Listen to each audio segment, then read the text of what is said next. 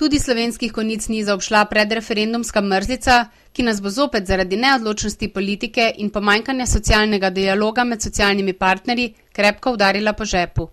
Udarila kot posameznike, pa tudi država zaradi nekooperativnosti pri pogajanjih posledično meče skozi okno dragocene evre, ki jih vehementno zapravlja s plačljivimi oglasi v vseh možnih medijih, ki jih itak lastniško oziroma politično obvladuje, in so na razpolago za trmasto doseganje cilja, ki večjim skupinam zainteresirane javnosti ni povšeči. Mladi, dijaki in študentje, brezposelni, sindikati in upokojenci. Omeniti je treba tudi vse zaposlene, ki bi lahko skozi inštrument malega dela dobili močno konkurenco in nadomestilo za redno zaposlitev. Danes v ponedeljek, 4. aprila, je v klubu Patriot v Slovenskih Konjicah potekala okrogla miza, ki jo je organiziral klub študentov Dravinjske doline in pa klub dijakov Dravinjske doline na temo aktualne politične situacije in sicer referendum o malem delu. Tudi študenti in dijaki imajo precej povedati na to temo, predvsem zakaj se z predlaganim zakonom o malem delu ne strinjajo. Z nami je tudi Mitja Kranjčan, ki nam bo nekaj več povedal o tem, kaj je bila tema današnje okrogle mize in kaj so mladi razmišljali o tej temi in kakšne so napovedi za referendumsko odločanje v nedeljo. Lep pozdrav. Najprej bi rad povedal, da smo danes to okroglo mizo sklicali zaradi tega, ker smo hoteli pač malo mladini in ostalim razjasniti in mogoče malo tudi slišati mnenja temo malega dela.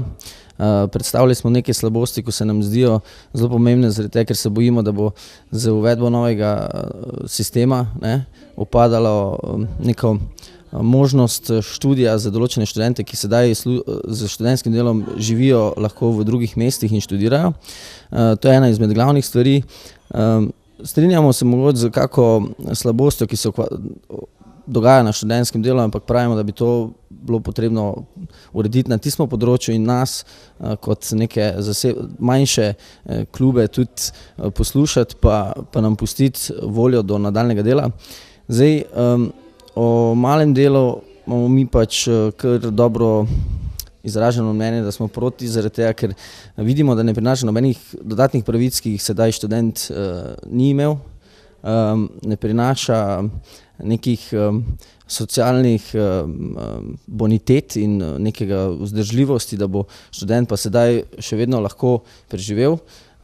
Tako da se pač bojimo za svojo vrsto in pa tudi za vse dijake, ki prihajajo za nami, ki jih čaka potem še bolj trnava pot, kot je že nas sedaj.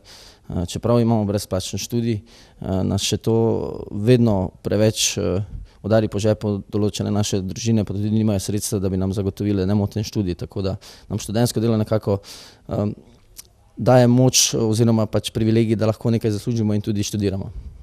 Dejstvo je tudi, kot ste izpostavili, da se skozi ta del študentskega dela napajajo tudi študentske organizacije, predvsem študentske organizacije lokalnih skupnosti, kot je ta naša Konjiška, ki je v preteklih letih pokazala precej na organiziranosti in kvaliteti svojega delovanja, ki se mogoče zaradi tega tudi upravičeno boji izgube dela sredstev in s tem tudi prenehanje dejavnosti in študentskega organiziranja lokalno, ne samo centralno v študijskih središčih in pa dijaških središčih Maribor, Celje in Ljubljana. Kaj pa kaj o tem? Ja, seveda. Zdaj, kot sem rekel, naša lokalna, kot ste vi povedali, kot lokalni klub se tudi sami zdimo, da smo zelo pomembni zaradi tega, ker smo že čez dolga leta uspeli ustvariti nekaj dobrega za mlade, kar mogoče na lokalni ravni tudi občine in ostali niso uspeli toliko močno in smo nekako vzpostavili nek mladinski center, ki deluje za mlade, ima toliko aktivnosti, ki smo lahko zelo ponosni na njih napram celi Sloveniji.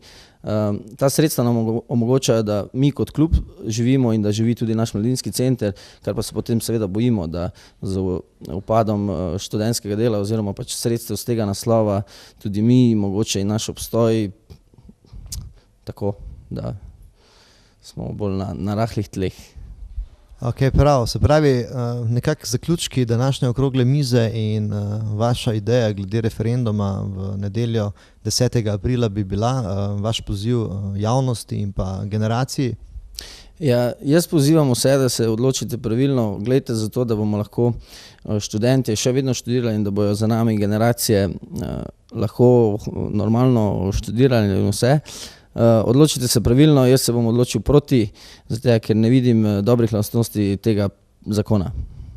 Hvala za tole vaše mnenje in pa veliko uspeha pri delu v Mladinskem centru, kot tudi v nedeljo na referendumu. Hvala.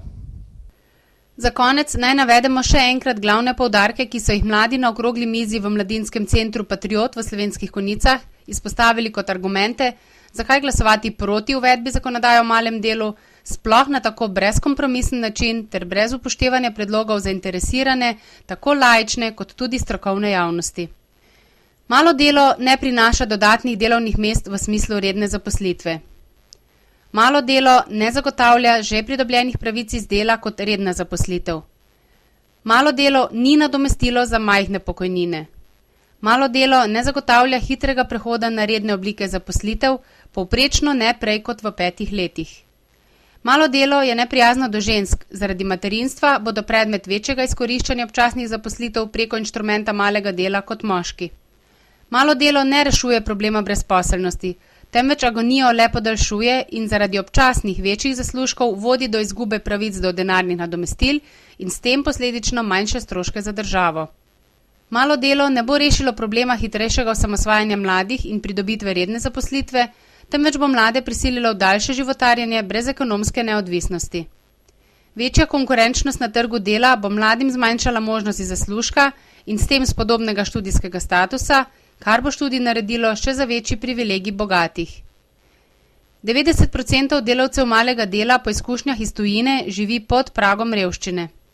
Malo delo ne bo odpravilo dela na črno, saj bo ob nestrokovnem in pomanjkljivem nadzoru študentskega dela nadzor s povečanim obsegom koristnikov le še manj učinkovit in obvladljiv.